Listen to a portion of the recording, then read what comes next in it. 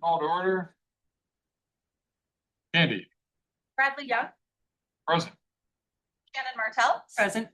Brandon Partain. Here. Renata York. Here. Bonnie Billings and Jason Evans are absent. We have quorums. Have a quorum. Could all please rise? Pledge allegiance to the flag.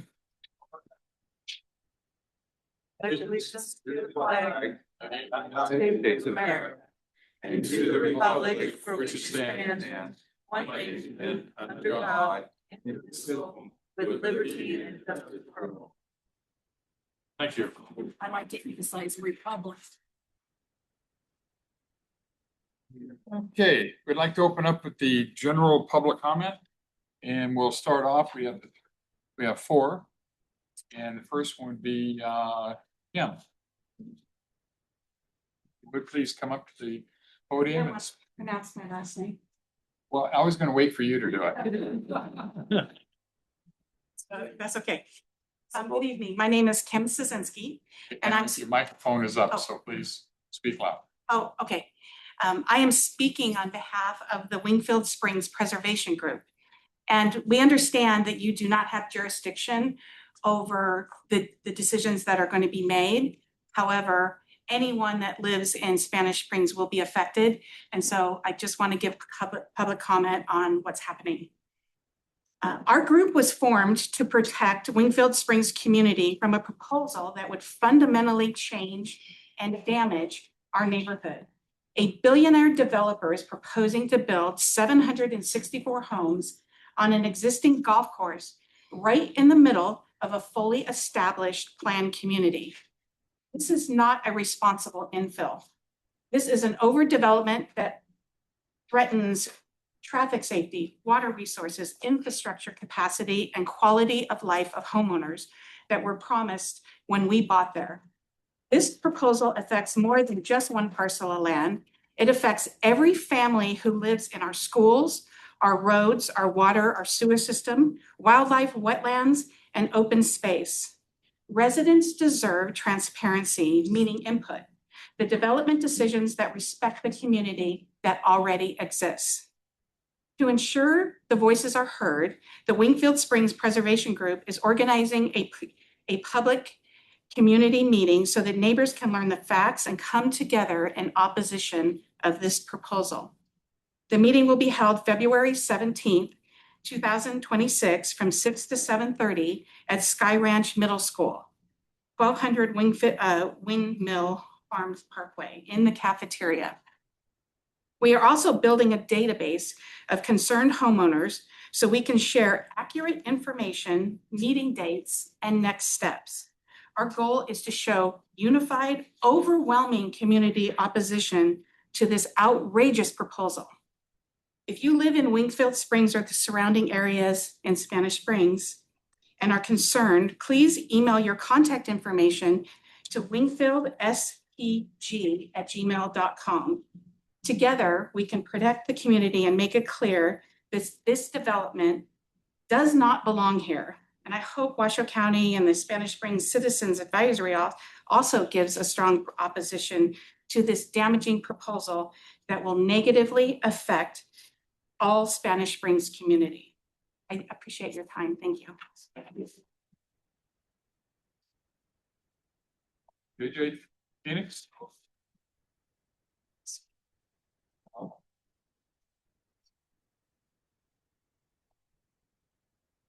All right, good evening, everyone. My name is James Phoenix. Good evening to members of the Spanish Springs Citizen Advisory Board. My name is James Phoenix. Most of you know me as JJ. If you don't, I am JJ.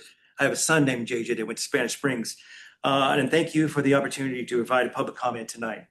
I am here this evening to speak briefly on two items: my role as the Nevada Department of Veterans Services, which is a state agency, and my candidacy as the incumbent for the Washoe County School District seat, District C, which is out here, Wingfield, Spanish Springs, in the valleys and over Cold Springs. I'm a member of the Pyramid Pirate Tribe. I grew up in Sparks and at Pyramid Lake. I was raised my family here in Spanish Springs. They lived up in Hungry Valley, went to Spanish Springs High School. I served the United States Marine Corps. I served 25 years with the Reno Police Department. I retired from the Army National Guard as Lieutenant Colonel, and I have an honor of serving as the chairman of my Pyramid Lake Pirate Tribe of Pyramid Lake, Nevada. I was appointed to the Washoe County School Board last January 2025. At the Nevada Department of Veteran Services, NDVS, we are a state veteran agency. We are not the VA, but we work closely with them. NDVS provides veteran service officers, which you might hear more about tonight, operates 2 state veteran nursing homes, skilled nursing homes, 2 state cemeteries, both Las Vegas and Reno out there towards Fernley, and it manages outreach and volunteer programs and supports veterans and their families statewide.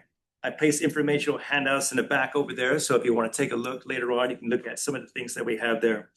Regarding the Washoe County School District, I'm running as the incumbent for the district seat, District C, and continuing to serve in our community. I support the district strategic plan with focusing on strengthening special education services. That's my thing, okay? And especially interest in certified teachers and getting those instructors and those aides into those classrooms. Over the last year, I visited all 20 schools twice in District C. I met with the principals and I listened to them closely of their successes and their challenges. This year, my focus is on outreach and including the specialty schools. So today I went to Marva and I went to Turning Point to learn more about what is actually happening with these specialty schools and special education and staying engaged with the public. More importantly, this last year, I did a lot of learning and understanding of what am I supposed to be doing as a trustee, and I'm visiting all the schools. This next year, I'll be doing evening events like the cabs and find out what's going on in the community, hearing your concerns as the trustee for District C. If you want to learn more about NDVS, like I said, there's some flyers over there. And then if you want to learn more about me, it's jjphoenixnv.com. You can learn more about what I stand for. So thank you for your time tonight and allowing me to speak. Thank you. Thank you, Colonel. Ryan Byrne. Good evening. My name is Brian Byrne. I am a project manager at RTC, the Regional Transportation Commission. I'm here to provide an update or inform the public that the Northeast Connector feasibility study that we completed towards the end of last year, and we had a public hearing or public meeting out at Wingfield or Red Hawk Golf Course. We just wanted to inform that the public comment period has been extended from January 16th to early March. We will be holding another public meeting. We're targeting early March to host this event. We're working on a venue and timing, so more information is to follow. I do have a flyer up here with the QR code that takes you to our website. We'll provide more information. In addition, it has our public comment form for you to fill out as well. So with that, just wanted to provide an update, and I'll be around to answer any questions or take any comments afterwards. So thank you. And That'd be me. Good evening, board and audiences. Nice turnout tonight. There's a couple items that are flying underneath the screen. Oh, thank you. They're flying underneath the screen, haven't been disclosed to the public. And I don't have any positive affirmative dates when it's going to happen, but things are happening. Pyramid Highway, and there's going to be additional lanes going to be added southbound on Pyramid Highway from Ingenuity down to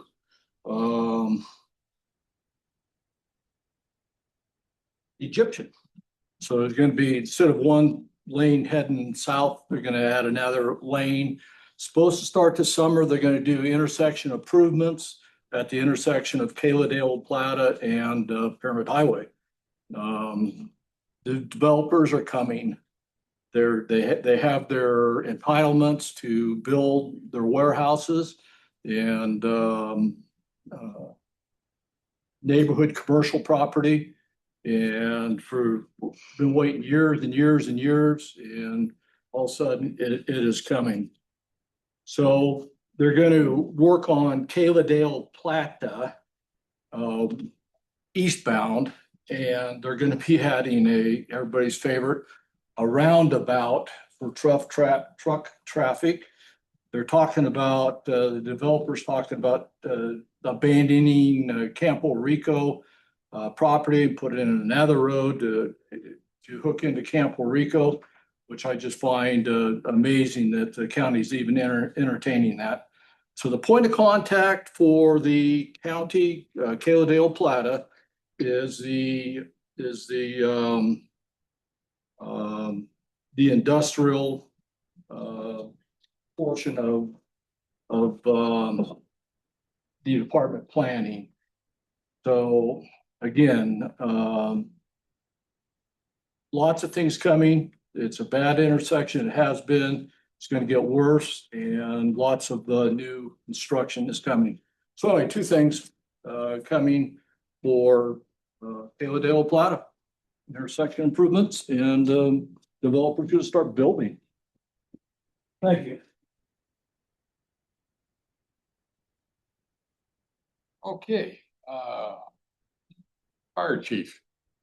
Would you like to stand at this time? Good evening, Derek Reed, County Chief with Trenton Meadows Fire. The district is starting to produce these data sheets, bulletins, updates. And they're gonna be presented at the CAB meeting on this table over here. So January is our first one. I'll go over some highlights. Basically, it's gonna show our run sheet, our data for running calls. In the month of January 2026, medical calls has topped the charts at 162. Motor vehicle accidents at 14. Daily average is about 11.3 calls a day. The safety tips, so I'll give you an example, but I won't spoil it. Space heaters, carbon monoxides, and then there's a link to some other safety tips that you can get online. Most of these safety tips are based on the kind of calls that we have. So if it ticks high in space heaters, you're going to get a safety message. And that's it. That's the end of my report. Does anybody have any questions? Okay, thank you very much. Dave. Representative from the Sheriff's Department.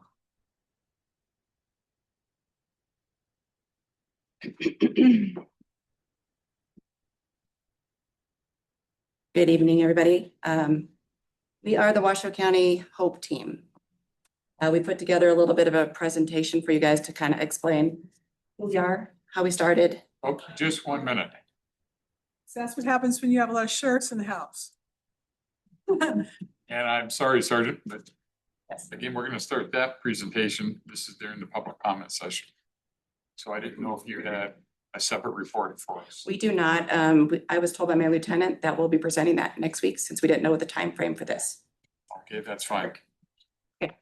Okay, thanks. Yeah. Yep, it'd be very simple.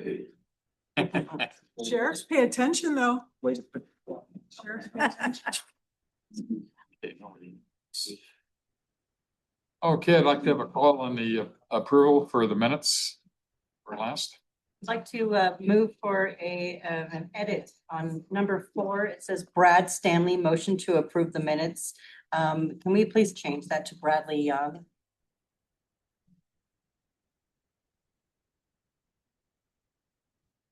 That correction, do you make a motion to approve? I would make a motion to approve with that edit. Yeah. Okay, with Shannon Martell, do we have a second? I'll second that. Okay, Brandon on the second. Okay, next up is the report. I'm sorry. All in favor, say aye. Aye. That. I didn't hear any nays. Okay. Next up is report. Again, this is from Chair Billings. And again, it was from it was from the import portal. A resident provided feedback that it would be useful if the Spanish Spring residents use mass transit options to reduce traffic. The person requested that the Spanish Spring cab provide information about rideshare options during April's RTC presentation. Commissioner Andriola confirmed that RTC will incorporate this into April's Spanish Spring cab presentation. So its timing was perfect. So that's when that would be, we'll present that. And yes. I also, after last month's meeting, I was approached by someone who's not here tonight. And they gave me an email address that I lost. But they were asking for more information about the findings of fact for developers. I have that information. I sent it to Miss Bonnie. So if they return or if we find out who that person was, we can send that information over. Okay. But just want to mention that because you know, that's part of our effort to help the crowd here. If you have anything, more information that you're looking for, feel free to approach us after the meeting. We can try to help. Okay. Good. That Fitzgerald. Oh, you know the name. I would recognize him. I think his name was Craig Okay. or Greg, something like that. Okay, now, again, representative from the Washoe Sheriff's Department. Sergeant, can you come up? And also from the Sparks Police Department. So we have we have two teams. This is a real pleasure. The commissioner asked that we kind of do a presentation to show our Hope team and Sparks' Hope team, which we work really well with. So we'll start off with the map. As you can see there, the highlighted area is Sparks. Everything around that is Washoe County. And we extend far east all the way to Wadsworth, west all the way to Verdi, south all the way to Carson. And then I don't know if you've heard of Fish Springs, but all the way up north. So we're kind of everywhere on the outsides. So I'll just kind of give you a little bit of this presentation. So we are the Hope team. I'm Sergeant Kelly Wright. These are my deputies, Deputy Lesby and Deputy Smith. We were actually founded in 2021 as the only dedicated outreach unit service unincorporated Washoe County. We go from Sun Valley, Spanish Springs, right here, to Cold Springs, Washoe Valley, Verdi, Incline Village, and all rural areas. Our team includes 2 embedded caseworkers from the Washoe County Human Services Agency. They really are our glue in getting people housed. We are unique in that other agencies don't provide that. I know Sparks is actually working to incorporate some social workers also. Our mission is simple: build trust with unhoused individuals, connect them to services, and help them transition to stable housing with compassion and accountability. We focus on approach, outreach, crisis intervention, mental health support, trauma-informed care, encampment management, and partnerships for lasting change. Then we have the next slide for photos. So this is just a few photos of some of the cleanup projects that we've done.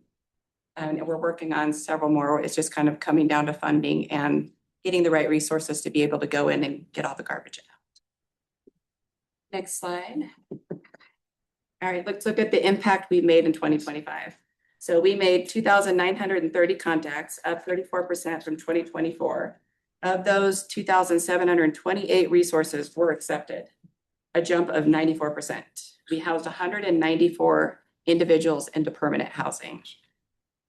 That's up 35% from 2024. We conducted 34 cleanups, removing 116.5 yards of debris. Citations dropped dramatically to just 5, all different types of citations, and the arrests were only 4. Most of those were warrant arrests. The key stat is 93% service acceptance rate. When we offer help with respect, people want it. These numbers show growth, efficiency, and real results. Next slide. None of this happens alone. Our embedded human service agency case managers are the backbone, handling follow-ups and tenancy support. We partner closely with Northern Nevada Hopes for on-site behavioral mental health medication assistance treatments, and we work hand in hand with Sparks Police Department Hope Team, led by Sergeant Butler. Weekly coordination, joint operations, and shared intelligence makes us stronger regionally. Other key partners include BLM, Union Pacific, Reno Housing Authority, and many faith-based groups. These collaborations turn short-term aid into long-term stability. Next slide. Looking ahead, our goals for 2026 are ambitious, but achievable. Housing, we want to house 220 plus individuals into permanent supportive housing. Expand prevention and reentry referrals from jails, hospitals, and schools. Launch the Clean Path Initiative, which Deputy Leslie is going to cover. Strengthen transportation through our new JTNN Uber Health partnership, and maintain 85 to 90% housing retention via tenancy support. We're building on 2025 momentum without overextending resources. All right, so we are going to be introducing the Clean Path Initiative. This will be launching hopefully the end of February, 1st of March of this year. This program engages rural encampments with a hand-up approach, provide food, water, trash service, and intensive case management in exchange for clean sites and active pursuit of permanent housing. It's about turning survival into stability while improving community safety and cleanliness. Why a clean path? The problem we're solving is rural encampments create real challenges: safety hazards, illegal dumping, fire risks, environmental damage, and visible issues that impact tourism and community pride. A 2023 National League of Cities study showed proactive programs can boost local tourism revenue by up to 15%. So the solution is address basic needs so people can focus on housing. Models like the Utah's Housing First reduced chronic homelessness by 91% and saved about $8,000 per person annually in emergency services. The Clean Path adapts that here: compassionate, accountable, and cost-effective. So what our participants will receive: they will get weekly, no-cost support, 5-gallon water refills, 7-day nutritionally balanced food boxes, heavy-duty trash bags with pickup, intensive case management for IDs, benefits, and housing apps, on-site behavioral health from HOPES, and move-in help, including our welcome home packages. These packages provide essentials like household items, hygiene kits, and furniture, making a house feel like a home. And we rely entirely on community donations. The participant expectations. These expectations are straightforward and fair. Keep the site free of visible trash. We will provide the trash bags and pickup, actively work towards permanent housing with the case managers, check in weekly, and avoid new illegal activity. Participation is 100% voluntary, but commitment is key to continued support, and this builds the responsibility and progress. So accountability, we will use progressive accountability. Verbal warning first, then a 7-day notice with final supplies, and if only needed, a citation for illegal dumping. Re-enrollment is always possible. The goal is compliance and housing, not punishment. This mirrors our overall approach: enforcement as a last resort after services. Pull out and we're going to start small with a 15% or 15 participants in rural areas. Weekly dedicated routes using HOPE vehicles. Our goal is to house 100 to 120 annually. It's scalable, low cost, and high impact using existing teams and donations. We share quarterly metrics with commissioners and CAB meetings like this one. How can the public report and stay informed? Coming this spring, we have a new public reporting tool on the Washoe County app with washoesheriff.com. It will mirror our graffiti reporting system. It's very easy, direct submissions for encampments, unhoused individuals needing help, or abandoned vehicles. Reports go straight to us as the HOPE team for compassionate, immediate response, and there's no more guessing on where to call. How can you help? The best way is donating to our proven partners who make welcome home packages possible, like Catholic Charities of Northern Nevada, St. Vincent's Food Pantry and Programs, Salvation Army, Reno Sparks Gospel Mission, and Katie Grace Foundation. Your contributions provide furniture, household items, hygiene kits, and turning housing into homes. Our success depends on your community, our community support, and we can't say enough, we thank you for everything that you guys are doing. You can reach us anytime at sheriff/hope team at washoecounty.gov or washoesheriff.com/hope. And we're here for the community, and let's keep working together. Taking any questions, thank you for your support, time. Together, we're making a real difference in Spanish Springs and across unincorporated areas of Washoe County. I'd love to take any questions if you have any. This is the first I've heard of a program like that, so I think it's fantastic.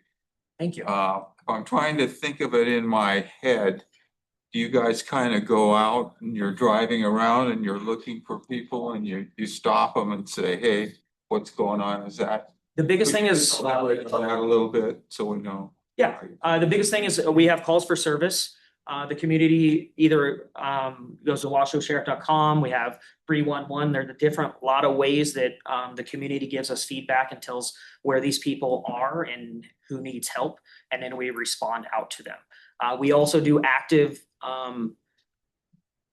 patrolling out there, like you were saying. We do go out there. We do see an encampment. We make contact. We provide resources, and if we need to take any action moving forward. Did that answer your question? Yeah, just one other thing. Go ahead. So you're obviously the law. If they need to be taken in, do you, I'm thinking of the drug problem. Or are you obviously set up for that? Would you? Absolutely. Can you make an arrest? You make an arrest. We're all Category 1 officers, so we can make that arrest if need be. Our primary focus is that outreach and connecting to resources. Our secondary would be enforcement. If need be, we do take action on those illegal activities. We're talking maybe potentially felony crimes that we can't look away from.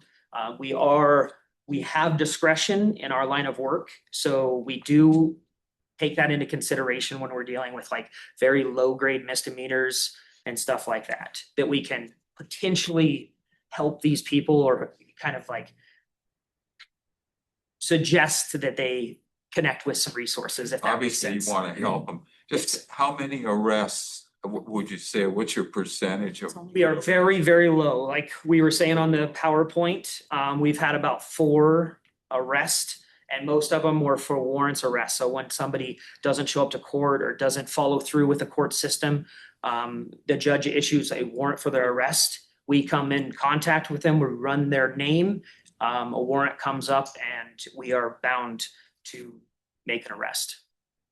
So it sounds like the majority you are helping people. I mean, you're not. Yes, That's right. that is the whole intent of goal, this yes. team. is Idea, not to fill up the jail. These people are already down and out and need severe help, whether it be mentally or physically. We are the one to go out there and help them.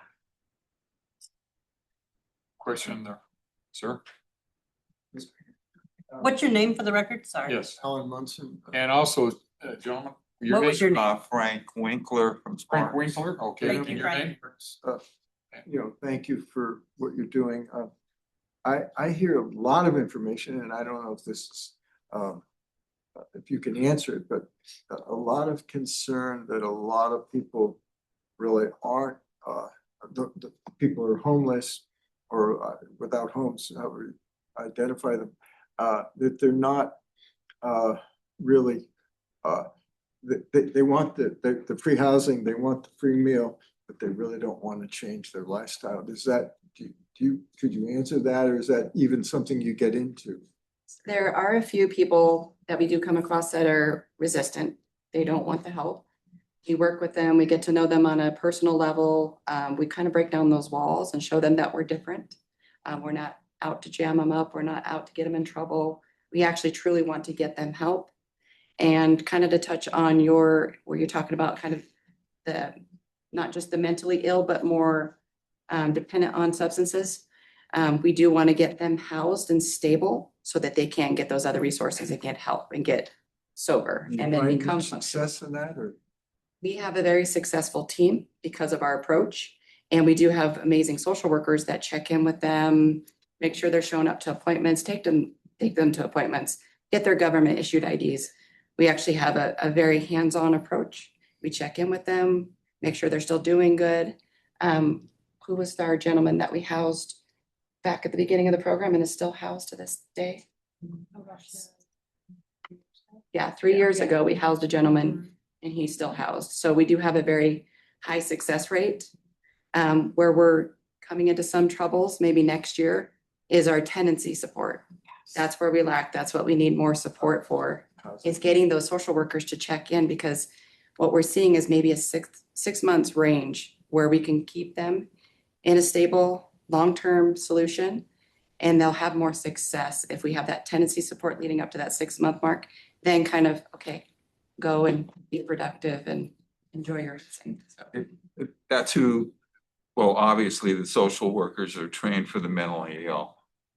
That's what they do. Is there a lot of, are you finding a lot of the people out there? there is a high percentage, and some of that is just because they've been so isolated for so long and they've had to function and survive on their own out in this kind of weather.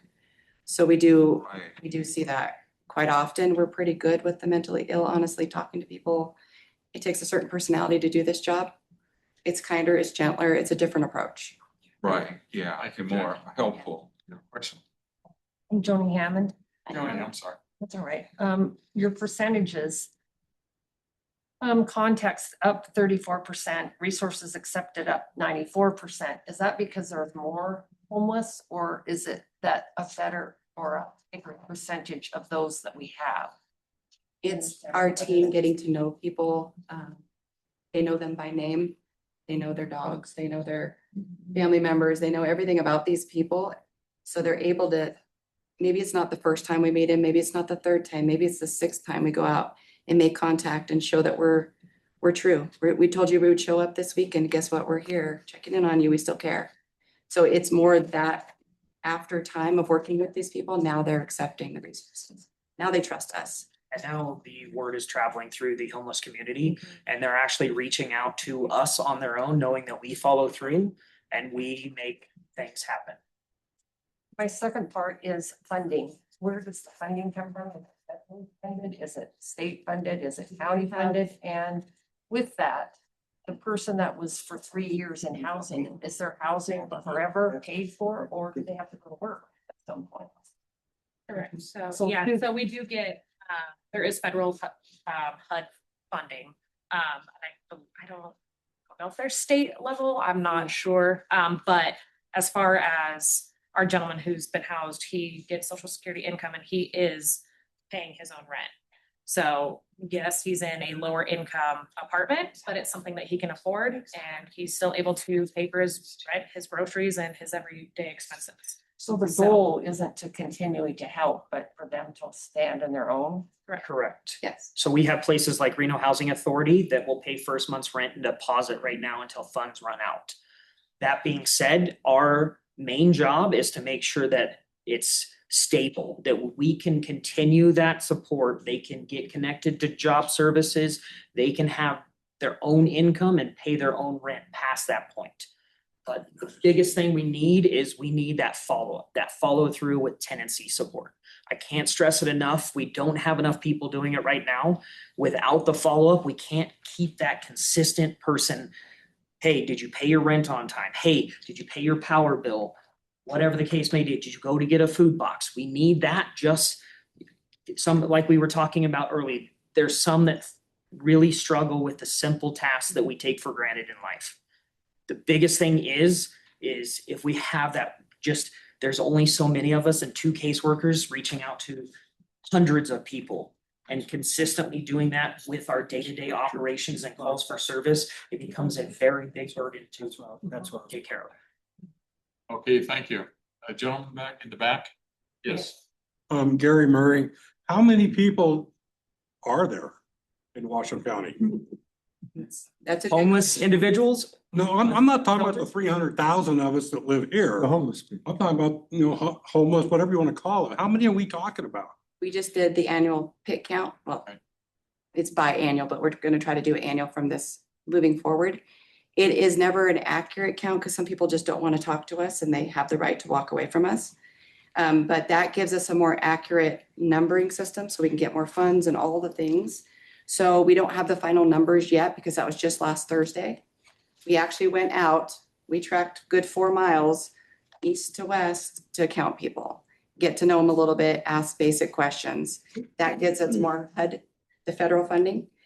If we have more people, more things, more entities that we need, we get more funding by counting the bodies. So good question. We don't have an accurate count. We will never have a 100% accurate count, but we will have a good idea coming up shortly when we get those numbers. So we talking hundreds? Thank you. Yes, several hundred. Yes, sir. Yes. Hi, Mike Pobruto. I live in Spanish Springs here. I live out in the boonies, past Cali de la Plata. So, veterans. I'm a veteran. I'm also a 27-year retired law enforcement officer. So I applaud you for what you're doing. It's a tough job because one, I know for a fact how grossly undermanned you guys are. I don't know how you do it, but you do it. So I thank you for that. How do you handle the veterans? I mean, is there? I have a great example on the pit count when we were out that morning at 4 a.m. Veteran Services was there. They said, if you guys contact any veterans, we had immediately a hotline to call, and they responded out to the scene to make contact and to provide that person care. I can't say services because obviously there's lots of veterans that maybe not receive service, and then there's some that do. The biggest thing is we connected them to immediate service so they can get updates. They know how to file appeals to change their DD 214 status, how they were discharged from the military, or potential services. So I'll touch on that too. We work very closely now with NDVS, which is really awesome, and their homeless group specifically actually deployed with my husband. So it's really cool to have that connection. So I get to have them on speed dial, and when I need them, I call them, and they will either come right to us, or I hand them my phone and they talk to them over our phone and get them either connected or progress and make an appointment or do whatever we need to do. Now, has the county, this is probably a question for Commissioner Andriola.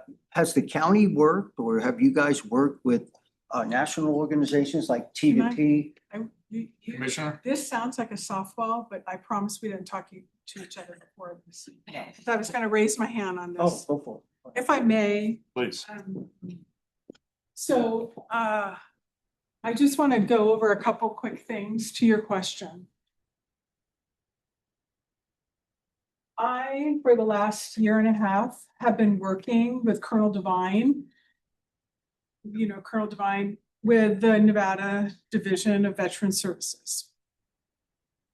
Washoe County is proud to share that as of January 12th, we have VSOs, 2 of them. Since January 12th and 10 days thereafter, literally 75 folks have been helped. During the process of this, how do we bring the VSOs to Washoe County? We're the first in the entire state to have this. The model that we're using will help Colonel Devine so that she can go to the legislature, if you will, in 2027, gather the data and look at the opportunities for her to expand those services. One of the things that we did in looking at where we, Washoe County, could partner is we are offering, there's not funding that we're providing, if you will, we're providing space and services in terms of a phone and those functional things. The great news is, I didn't mean to stand in front of you. The great news is that literally we went on a tour of the resource center at the CARES campus. So they're going to be coordinating. So they'll spend X number of days, or still working on that X number of days. And so when folks are at the CARES campus, or they're actually just looking at the resource center and not even at the CARES campus, but they're in the positions that they're in from a vulnerable state, they'll be able to actually have those VSOs be able to connect them with the resources. So the HOPE team, obviously, I kid around. I've been on several ride-alongs with these folks. I think that there's a picture that if I ask one more time, they're going to be like, you're driving. Maybe I'll be the honorary HOPE team. The relationship that they have is something, and the Sparks HOPE team, I've ridden with them as well, is just amazing. I want to share a couple things that I think are really relevant. Funding is always the question. Right?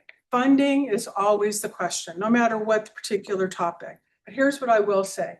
And I'm going to I met with Chief Judge Walker, who I've worked with in the past. And when I met with him recently, he said to me, I have a text from you from 18 months ago and I never answered you. And I said, I knew you're busy. He said, you wanted me to come to a CAB meeting. You know why? Because when Judge Walker comes to this CAB meeting or comes and speaks to the Washoe County Commission or wherever we can, he's going to share with you some numbers. And the numbers include that the HOPE team, both Sparks and the Sheriff's Office, and the work that they're doing are saving thousands and millions of dollars over time of taxpayer dollars. Why? Why? Because the trained professionals that are in this room and are working every day, whether it's PAR or whether it's Sparks PD or whoever, those are, I'll use the term, this is layman, are criminals in some way or another, right? They've been arrested for something. They may not have been adjudicated, but they're there for a reason. Those trained professionals, even though the sheriff for Washoe County has put in a jail-based mental health program that I've toured to again look at saving dollars. But the HOPE team is actually preventing taxpayer dollars of housing folks that the trained professionals these are, but at PAR, that is not the place to deal with some of these. That's just not. The cost of incarceration to taxpayers is an inordinate amount of money to not have the results of what we all want. And that's to get folks to be productive citizens.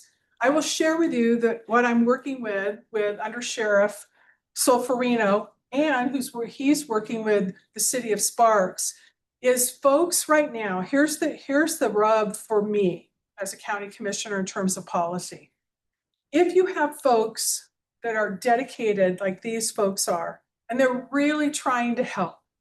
And yes, there's mental illness. Yes, there's barriers. One of the stories out at the End of the World camp when I went out there was because he didn't want to leave his puppies. And I know that sounds, how would we say this professionally? Silly and not a good reason, but for him, that was his life. I watched these professional folks figure out a way for the puppies, and that's what he needed. Were there some mental capacity issues? I'm not a trained professional, but it seemed that there were. But the goal is not to have them come back. The goal is not to jail them in a place that does not have the resources. This is what Judge Walker shared with me recently. And I have a background in working with foster children. And he said this to me. 70% of the folks that he sees as a judge come from a foster system. I'm not saying anything bad about the foster system. I'm just saying that if you're in foster care, there's a reason, and that's a complex topic in and of itself. And I've spent a lot of years, over 10 years in that space. But what he's saying, and what he's always said to me, I've worked with him for years, is that if we can keep them from being in the system, you'll have a productive citizen. The cost to taxpayers is millions. We have to stop it. So 70% are come from a foster history or that kind of abusive type of environment. And so if we can help them break that cycle this way, we are literally not only saving lives, which is countless, what do you put a dollar on a life, but millions of dollars. The model that has been put into place and the Sparks who are back there waiting to do their turn, and I'm going to stop, promise. It's Sparks who started this. Kudos to y'all. We are replicating the vision that you had. And we hope that we can see that jurisdictionally and regionally. But let me tell you what Washoe County did. They looked at the best practice, and it's called the sequential intercept model.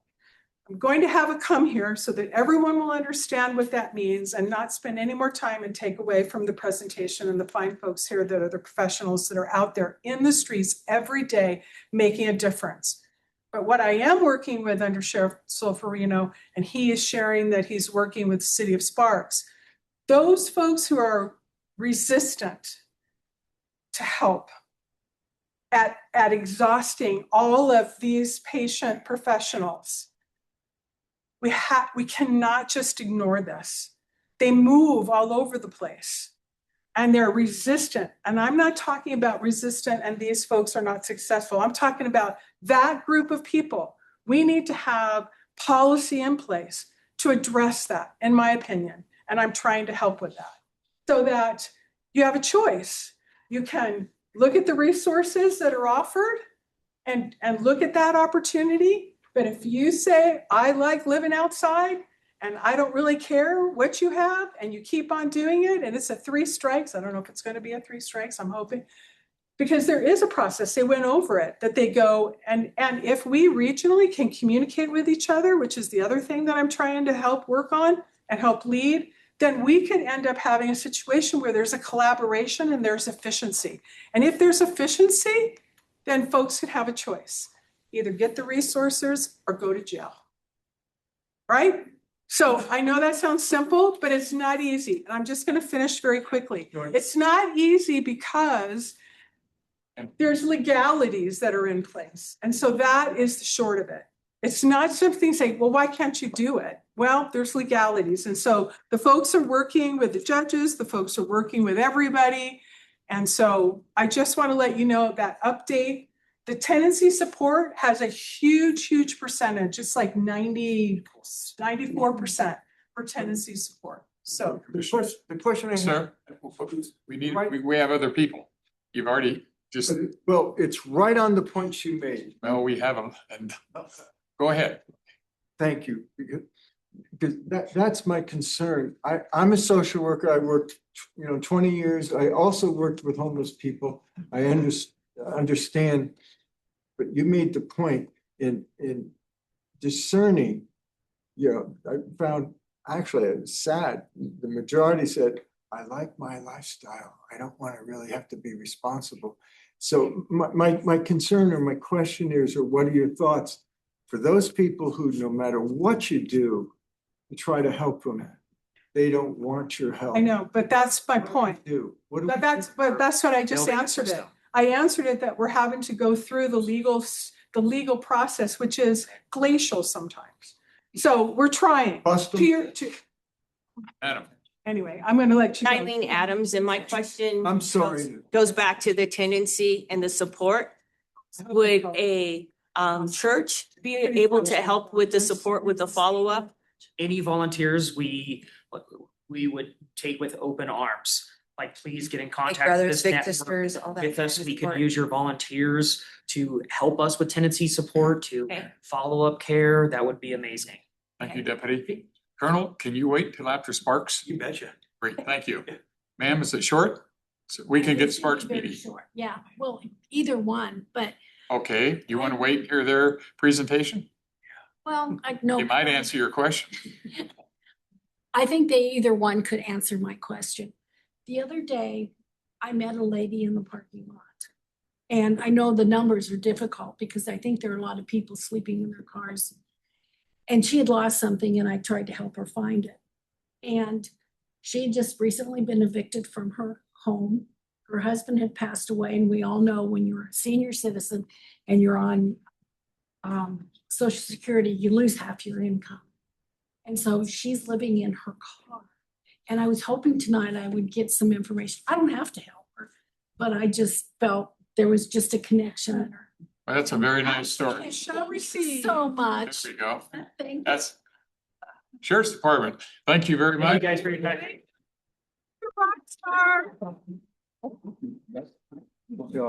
And now if we could have Sparks PD come up. Sparks in the house. Sparks in the house. Now let's see you beat the sheriff on that one. I know. In front of me or? Sorry, you're right. My name is Sergeant Dustin Butler. I'm the Sparks Police Department, head of our Hope team, which is the homeless outreach proactive engagement team. And this is my team right here. You're looking at 3 of us. This is Officer Smith and Officer Aguilera. And I'll go through our slides a little bit. It's going to be redundant to what the sheriff's office already spoke about, but it kind of talks about us, how we started, how we began, and a lot of statistics, demographics, and stuff like that. Might answer some of your questions. So we'll go from there. Thank you. Go ahead with the slides. Ken. Right here.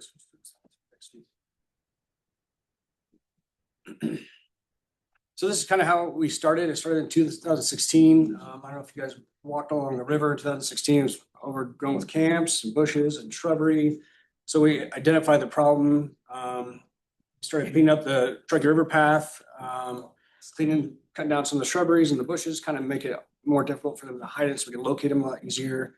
In 2018, we continued the outreach approach with a part-time foundation.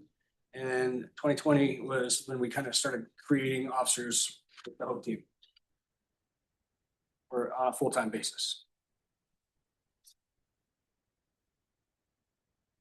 Can't read my own slides, it's okay.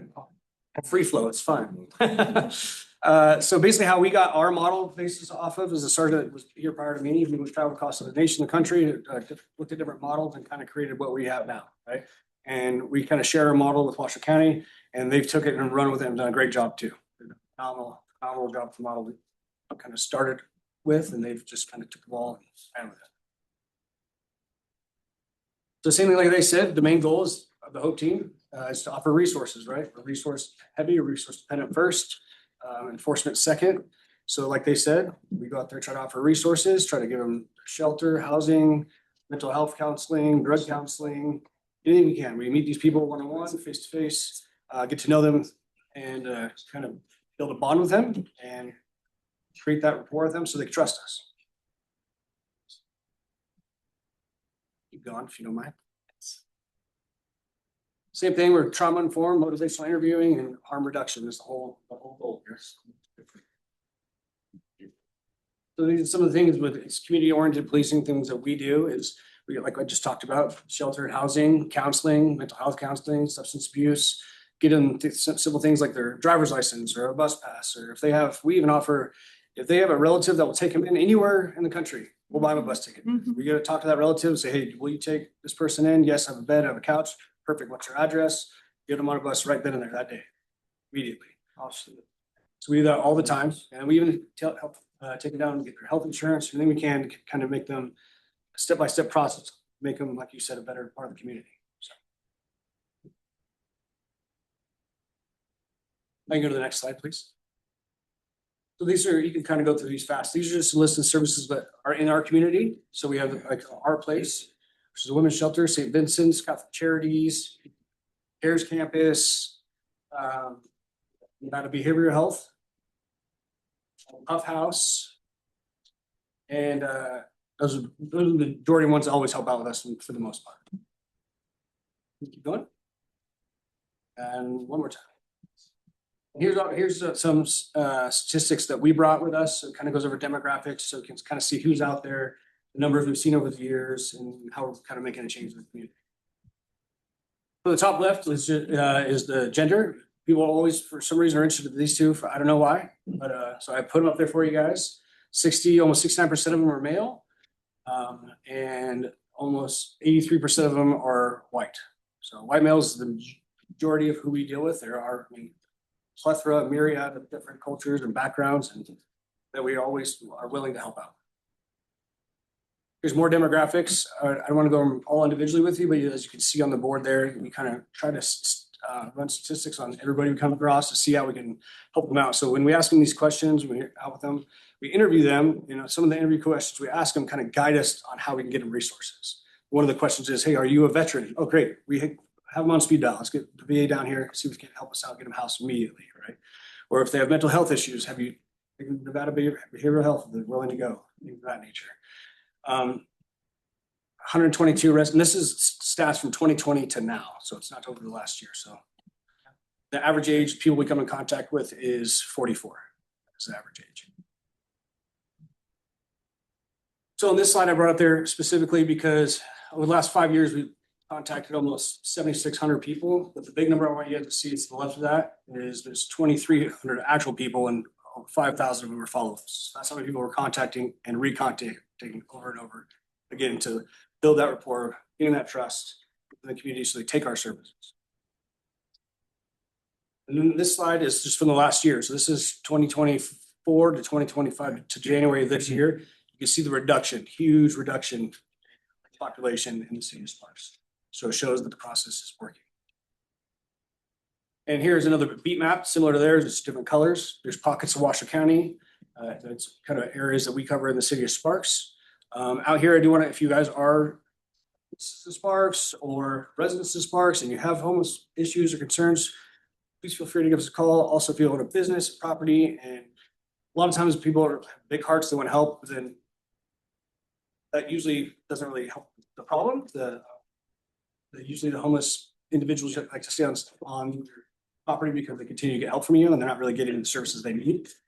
So that, and most of the citizens we deal with and business owners we deal with kind of get tired of that and they're like, how do we get them off now? Like, how do we really help them and get them off our property? We do offer a trespassing waiver or signed complaint. So if it's a standing signed complaint, if you live in the city of Sparks or own a business, you sign that. We don't need you there more than that one time to sign the complaint, and we have a standing, it doesn't matter who's on your property, we can come get them off right away. We can cite them, arrest them, take their resources, whatever, but they cannot stay on your property. So like we've talked about before, this is a big balancing act that we all work here, right? It's a lot of it is enforcement, a lot of it is resources.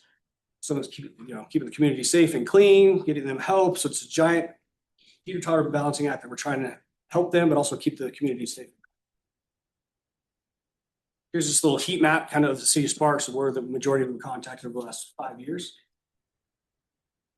And then here, there's a QR code on the bottom. I should have made that a little bit bigger. I apologize there, but we have, the city of Sparks has a My Sparks app. If you scan that QR code, there's a website up there. You can download this app. You can go on our City of Sparks website and you can file any complaint about anything you want, and it'll get directed to the person you're looking for. So if it's homeless individuals, it'll come right to us. If it's code enforcement, it's a shopping cart, it's parking, this will get you right to where you need to be.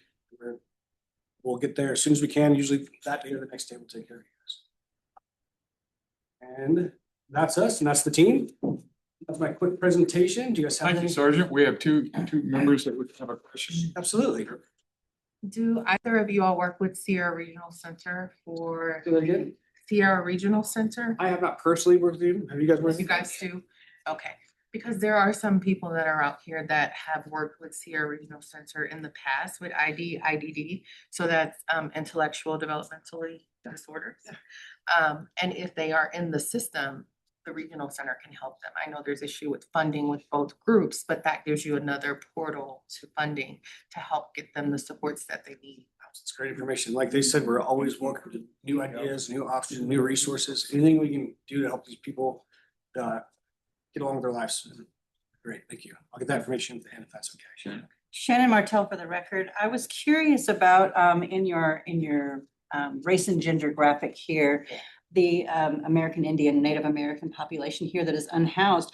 Are you putting them in contact with their home tribe and setting them up with human services, or what's the process there for the Native Americans that you're finding? Anything and everything that they're willing to take is the real answer, right? If some of them don't want to go back to the tribe, wherever they came from, some of them want to stay downtown Reno, downtown Sparks. So wherever they're willing to go, we'll take them. Or if there's some family willing to take them in across the country, we'll send them. Right, so there's no different for any race or any gender. If there's a resource there, we're going to find it and we're going to use it. All right. Thank you. Thank you, sir. Colonel? Just a couple of comments. I didn't see Reno PD up there. Are they partnered with you guys? We work closely with them, both the sheriff and I. We do work closely with them. They don't have the same model or mission that we have. So we're kind of working on that. They're working behind the scenes, trying to kind of get that ball rolling. I don't want to speak for them. But we do work closely with them. It's not quite there on the same page yet. And then the other is the Reno Sparks Indian Colony. Have you had a chance to connect with them? Because along the river where that Walmart property is. Great. No, I just want to make sure you hear that. And then I heard what your comment about, working along the river, and some of them just don't want any help. I get that part there. The other one was, as far as NDBS goes, we have some resources, state resources too. So maybe you can meet and greet and kind of find out what we brainstorm what we can do for you, and maybe later follow up with that. Our point of contact is Carrie DeMars. I think SO has that point of contact. So we'll try to get you there if there's anything else you need. That'd be great. And I got your card. I'll have a card for you. We're down here too. I'd be happy to. Anything to help. We're all closing tomorrow. That's right. Gotcha. No, that's it. Thank you, sir. Any other questions for me? Anybody online? Sure, go ahead. Yeah, I had opportunity to literally run into you guys quite frequently, as have been a frequent bike rider along the Truckee River corridor for the last couple of decades hopefully I can keep going. But I have to commend you for the work that you've done. And I can only base my comments based upon my experience. But I have to say between your enforcement along the Truckee River corridor is gorgeous, as well as the facilities or grounds for City of Sparks, phenomenal. But I also like to make a comment on how we got here. Since I've been writing, and I have to comment, I have worse pictures. I've been taking pictures for years of even the beautiful, lakefront properties that were built along the river at one point. And there is a point while Paris campus was still in the planning stages, I had occasion of running into RPD, particularly between Fisherman's Park and downtown and no man's land. And I've run into a lieutenant, had conversations back and forth. And I asked him, well, what's your thoughts about the CARES campus? And that's proposed. It says, well, if they build it, they will come. And they have. And I know that the population has grown exponentially, and I've seen that with my own eyes. So the other thing is that I have to mention is that, besides how we got here is because of all the services that are now here and that we're paying for as taxpayers, all these services that we're providing. And so my other question is that I need to throw out there that we need to rethink the marijuana outlets. There's been many articles that as of recently, one in the Epic Times about the marijuana stores that have popped up. I guess it's supposed to be incredible revenue, all about the money. That is causing a lot of psychosis, and you're probably seeing that, correct? To some respect. We're seeing it's like from the younger. usually it's opiates. With that, Yeah, usually it's opiate, harder drugs than marijuana. Like I said, I know it. I don't know. We all know that marijuana is a gateway drug and to Do you have a question? further, right? So I just like to see that we think these marijuana shops, because back in my day, THC was less than 5%, and you had to deal with the stems and seeds.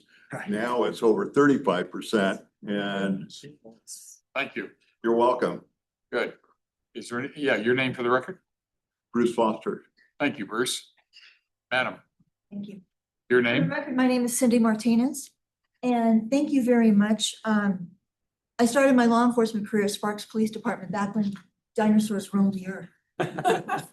And back then, of course, the Galleria was still open range.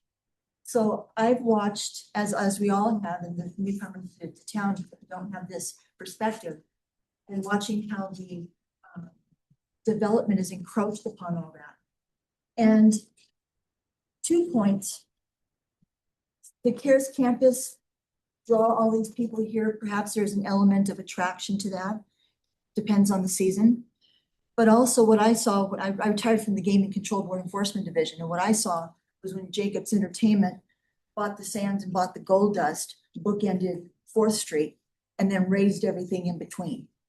And while it wasn't optimal housing, it was housing the working poor, the seniors, the mentally ill, and the veterans. And so there's an element of that contributed to all these people that were then moved in with stipends, and then the rents skyrocketed. And I watched as those people went from 3 shopping carts to pushing a stroller with what was left of what they could carry. So I've watched that over all of these years. So that was my opining about that. I do have a specific question about your point on here about sex offenders. So Can I answer the first question before we move on? Pardon? About the CARES campus, you asked about the CARES campus and did it bring more attract people? I think you asked that as well. Oh, You guys both asked that. So yes, it did attract more people. From our personal contact, people came here from all over the country because I heard we had this. So yes, it did attract more. Yep. Go ahead. well, encouraged by what I'm hearing all of you talk about what you're doing. And I believe that we can, I used to write citations and write arrests and they were out before my paperwork even got to the DA's office. So we can't arrest our way out of this. We can't. Yeah. And I testified in the 23 legislature in support of Judge Walker's bill. So I support what you're doing. So the sex offender stat on here, how are you managing that? When you come in contact, obviously they have registration requirements. And so how are you tracking them? Where did they go? What are they doing? Are they reoffending? I don't have the stats if they're reoffending, but we track them just like you see. We have an app we use, we track, and we get a hold of our sex offender unit. That's their job to track them. And it's a whole specialized unit that tracks the sex offenders. And that's their job. They do it. We deal with the homeless. We let them know we come in contact with them. We're staying under this bridge or in the bush, in this alleyway or whatever, and they'll go back and follow up. Are you finding that, are they near schools? Usually not. Okay, so It's really on the river, downtown Clover. Okay, gentleman on the right, Yeah, okay, thank you, yeah. the other gentleman. I've gone to several meetings It's okay. on the right. It's on the right. Good. But to your, I'm on your right. You're the other right. Okay, All right, I've been go to ahead. several meetings and people have talked about the care campus. I don't have specific knowledge of it, but what I'm hearing is negative, like we're spending all this money and we're not getting the results. Now, that's just what I'm hearing. Oh, no, we're What- definitely what- getting the results, which is why it's so popular. It's working great. It's working. Other people are hearing about it and coming to our area. So it's working fantastic and they're continuing to grow, doing a bit more services down there. And they're doing a great job. They're doing everything they can to help the community out. They're doing great. It's so popular, so. Great to Good hear. to hear. It's good to hear. Yes, sir. So that's my question, okay. right there, that, and I forget the lady who said, but she said it very well, that, I'm working with one person and that person in each, you know this, because you work with one person and they require a lot of time. But what was said was, but there's 5 more and we don't have time for them and we don't have the services. There's always time. What? There's always time. Just like, how do you eat a piece of pizza? One piece at a time. You just deal with one, you know, service, move on to the next, right? That's it. Good man. Good answer, There you sir. go. Like, Is there anyone else with a question? Sergeant, your officers, thank you very much. We take a picture of Sparks and share. I was thinking of that. It's here like this. You work together all the time. Exactly. Can you tell them how we work together? On Speed speed dial. Speed dial. 18 years. Yeah. Okay, we'll finish up here, moving right along, board and commission openings. So ladies, if you have some spare time, you might want to listen. Okay, so you get another meeting. We do have an opening. There you go, here it is. Read it once. Okay, the Tahoe Regional Planning Agency, the TRPA, Advisory Planning Commission, and they're looking for one Washoe County lay member position. It is preferred that the selection applicant live within the Lake Tahoe Basin, although it may be waived by the County Board of Commissioners. The opening has been posted and it closes on February the 9th. So we have that. Neighborhood development, other meetings, other opportunities. Let's see, we have the wildfire risk reduction program. They're gonna have a meeting on what's application is the deadline. It'll be for March 1st, 2026. And you have the flyers over here with a QR code ready to go. Next one is you also have a flyer, understanding recent changes to homeowners insurance laws in Nevada. That'd be interesting. So that's on February the 24th at 5:30. And where's that at? That's in Building A down at the Commissioners Chambers down there. So that'd be interesting. And then last, I'd just like to make one comment. I attended the evacuation procedures with the Washoe with the Truckee Meadows Fire Deputy Chief and a couple of members from the Sparks Police Department. It was a very interesting session, and it goes back to the old days. This gentleman here, you go back and you're looking at RD planning and basically how to evacuate Spanish Springs in light of an emergency. And it was very interesting. And I was able to work with the team and it was very good. So you'll be seeing an update probably in about 3 months. And it'll probably be there in one of our presentations later this year. But they have a lot of work to do, and it's a big undertaking. Thanks again, Sergeant and officers. Thank you. Appreciate it. So anyways, so that was a very interesting time. Again, we're all either Sparks or Spanish Springs. There's a lot of people out here. And if we did have to evacuate, it'd be very good for everyone to know the process. And it's going to be a very challenging process for the fire department. So again, more to follow. News at 11, as they say. Okay, general public comment. We didn't have anyone set up a comment page for the last half.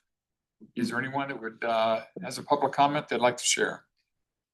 Seeing none and hearing none, cab member announcements or requests? Anyone? No. Commissioner. I think I've overstated my time earlier, but I will share that. I was going to share the couple things that he just shared. The homeowners insurance is really, I think, going to be helpful. Just so everybody knows, if you did grab the flyer, you can, they are setting up the Zoom link. So even though you don't see the Zoom link on this particular flyer, you can go to washoecounty.gov and you'll be able to, when it's updated, you'll be able to get the link if you don't want to actually attend in person. And so I wanted to make sure that I included that. This is nothing more than the biggest thank you for coming, because there are so many misconceptions, including the misconception that I just spoke with the Sparks Hope Team officer who made the comment of, to your, Mr. Foster, to your point about build it and they will come. I certainly think that that was exactly what happened in the beginning. But what he didn't say, I said, why didn't you say this? Well, I'm going to say it. I wish you should have let him leave. I said, I agree there was that, but that is not the case now. And there are a lot of things being put into place. Is there room for improvement? 100%. Are things needing to be looked at in a collaborative way, to the point of you talking about our sister jurisdiction with the city of Reno? You know, we're in a perfect world. I believe that all of the Hope team for the entire Northern Nevada area, Washoe County proper, would all be housed in the same area, just like law enforcement or any other profession where they come in, they do a, what are we doing today kind of thing, you know, and really work hand in hand. They do work hand in hand. I experienced that when I went with the city of Sparks and we saw an abandoned vehicle right by Kohl's. And when we went up to it, he looked at the map and realized it was an unincorporated and needed to call Washoe. So see what happens? You're right here. And then over here is another jurisdiction. Yep. So I think that those lines are being more, I think there are more opportunities for us to work regionally for those efficiencies. And I think that is, I think, the opportunity when budgets are tight, to be honest with you. I think, and I've said this in meetings before, nobody likes to have any type of budget constraint, whether it's any entity, for-profit, nonprofit, or your own personal or government. But those force opportunities for efficiency. Those force the conversations that maybe haven't been embraced before. So I'm very hopeful. I also want to share that Washoe County had our first budget workshop. If you hadn't had an opportunity to actually come to that meeting, I'd encourage you to go online and watch it. I think you'll find it really informative. We'll continue to have budget discussions, and I have asked that we include public engagement in this process in terms of priorities, because certain things I've also asked, and it was in that budget presentation, for the compliance piece of what is compliant, what do we have to fund? What are we required by law to fund? Whether it's statutorily, or whether it's state, or whether it's county, or whether it's federal, whatever that is that requires a compliance piece to that funding. But then there's everything left, right? So as an example, roads. As an example, I'll give you one example that I'll give you some stats. I love facts and I love stats because you can't change opinions on at least the numbers. You might not like the numbers, you might not like some of the other things, but you can't change the facts. Right now, how are roads funded? Y'all know? In terms of repair. Gas tax. Gas tax. Gas tax. When I was an adjunct professor, I would be throwing you like a little candy or something. I didn't bring any today. The reality is that who do you think, what type of vehicle doesn't use gas? Electric. There you go. Another candy your way. So what are we gonna do about Tesla? So They're not the only ones. exactly, there are hybrids and there are others. The point is that we have what I'm calling free riders. The legislature has been not addressing this for the last 18 years. Right now, the percentage of gasoline vehicles is about 95%. So 5%, and that continues to grow. So how is that helping? I'm a free rider. I know some of you would enjoy tar and feathering me probably for other reasons out in the parking lot. I would ask that you not. Law enforcement left, but I do have a number for them, but I'm kidding. I know that you all are very respectful and we appreciate that. But the point is that I think that overwhelmingly, how many of you, I just want to take a scientific poll. How many of you would support EVs paying a fee on an annual basis? Not. The EV. Now, not the gasoline people. No. Gasoline people aren't going to pay. Only the EV drivers. No, I know you are. But EVs aren't paying. So I'm saying, how many of you would support EVs paying? I would guess almost everybody. And the reality is those EVs, and I'm a free rider, are heavier, and I could argue that they're actually, if you will, tearing up the roads more. Right now, as an example, Washoe County's road fund is $9 million. To do the job that we need to do is $18 million. It's twice what we need. That is not mandated. Did y'all know that? So I'm using this as an example to let you know that I believe public engagement is very important for two reasons. One, you need to know. I'm a transparency person. I've already proven that. And one of the ways that we did that was with checkbook. And you can go online anytime and you can see where money is being spent. But the reality is that there's complexity to budgets. There's complexity to this. There's complexity even to the road that I just made simple. And I think that if you are asked to prioritize for Washoe County what isn't in compliance, the list of non-compliant things, I mean, you may not have put roads at the top, but if you realize that there's an opportunity for EVs, Amazon, I'm not picking, there are companies who drive EVs for delivery. I almost said somebody, and not say that. Amazon? I did not say that. We'll say it for you. I'm just saying that there Say it for you, Amazon. there are opportunities for everybody to pay their fair share. And that equity needs to be put into place. If we can't wait for the legislature 18 years. We can't wait any longer. So I'm just giving you an example. I have no idea how.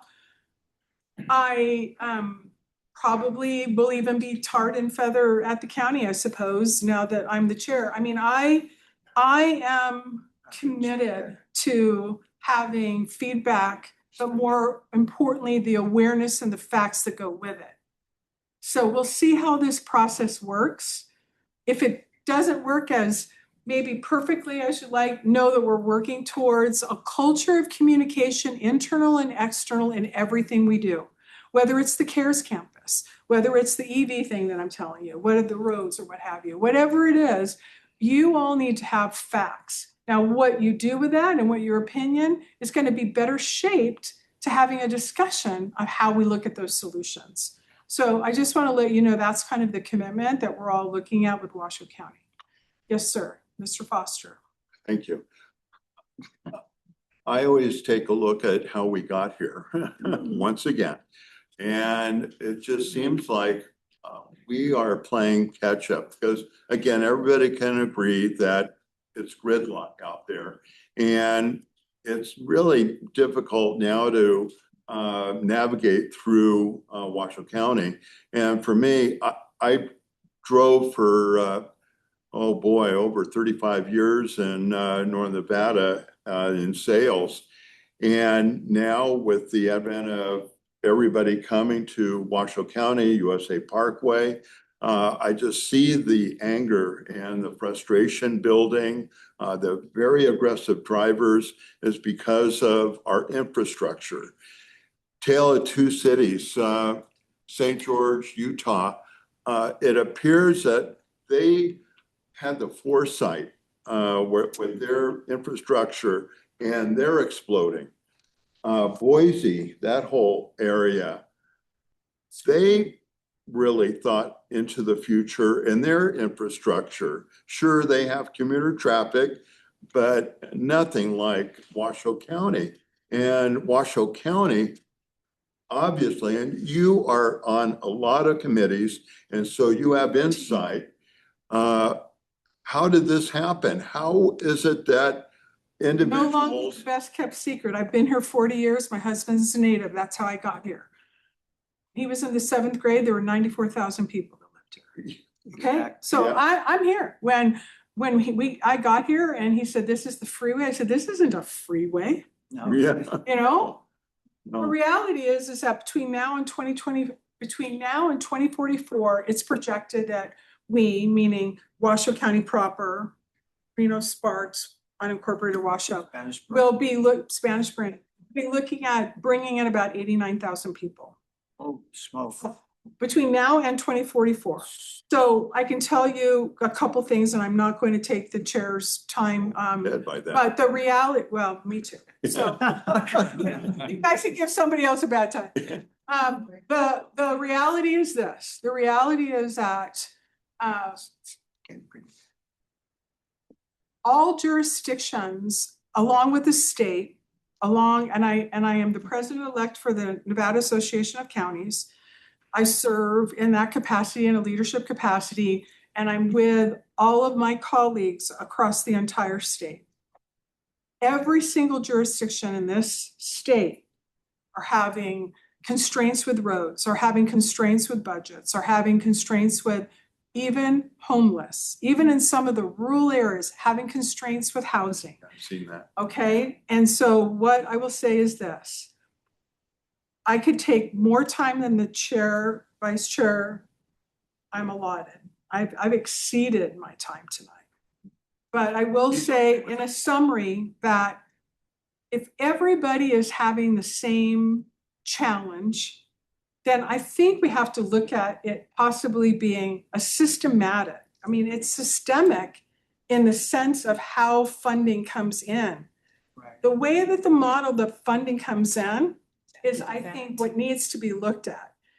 I am not a tax. I think that we at Washoe County, and I've shared this even publicly, and I'm doing it now. I think that we have to do everything we can to be looking at all the efficiencies, looking at how we try and stay within the means of who we are in our funding. But the reality is that you have to ask yourself, why is everybody in the same problem? It can't be inefficiency everywhere. It can't be. What's happening in Elko is very different, and that's mining. there's funding coming in, right? From some of these locations that you would never expect to have the same budget constraints. So all I'm gonna say, I could spend more time talking about some things that systematically I think need to be looked at. We can only live within the means of where we're at with Washoe County. I will share with you that the culture that I have seen at Washoe County, and I have a finance background, is that the previous CFO who retired after like 30-something plus years was fiscally responsible and created a culture of being fiscally responsible. And if you look at our budget and the deficit that we're facing, in the ratio of the other jurisdictions, ours at a ratio level is significantly less. You have to ask yourself, why is that? Why is that? Because if it was the same ratio, we would be in a worse situation. Is everybody going to have to make tough decisions? Yep. We all are going to have to make tough decisions. I'm going to end it by saying this. It's my understanding that the 3 jurisdictions just before my time decided that Washoe County was in the best place to actually look at this model that you're hearing about. And I hope that Judge Walker can come and talk about the sequential intercept model. That is a model that was in 20 years in Dade County. That model has been incorporated into the HOPE team. That's why Sparks gets all the credit for starting it. But we certainly have expanded how we're doing and how we're modeling this from best practices in the most efficient way. The 3 jurisdictions decided that Washoe would take that lead. And that's why it's in Washoe's hands, just so you know. So that's just something that you should know. Could they have been better at the beginning? Anytime you do something for the first time can be better along the way. But there's a lot that's been learned. And the amount of money, and that's what I'm saying to you, that is being saved. And we are, and I wish you would have said that. I'm being recorded, so I'm not just making it up. I said, it's not like that anymore. He said, no, it's not like that anymore. I said, well, why did you say that? It's not like that anymore. The buses aren't coming like they were. They were coming. They're not coming. What are you going to do? Put them in jail? Then we'll really be in a budget crisis. So thank you. On a very serious note, I hope everybody is walking out with more information than you walked in about how the HOPE team works, and that you have a resource in here to call. If you see an encampment, call. I have it on I'm not speed kidding. dial. Put it, whatever it takes, because they're not going to be able to fix this if it just keeps on going. I'll also end it is the communication between what I've learned in the homeless population should be put into emergency management. Yes. So they'll know, okay, but over here, this jurisdictions, that's why we put in some of the ordinances. Washoe County was first put those ordinances in. So there's more work to do, but I think that we are making strides. And I think the jails need to be reserved for what they were intended for. And we need to do what we can to address a huge mental health crisis in our nation. And that could be a whole other discussion that I'm going to skip. And that, madam, is for next month. And I will say on the evacuation study, when the study result is done on the evacuation study, we are going to have emergency management here so everyone can hear the results. We've asked that it be targeted to Spanish Springs, right? And Sparks, right? So that we can then have, not that we all care about the evacuation of everybody, but yeah, this is where we live. So we need to know the details. You think the homeless problem is a problem? Get the evacuation. Wait until you look at evacuating 300,000 people. Thank you all for coming on a very serious note. I hope it was very informative. Thank you. Thank you. Use the portal or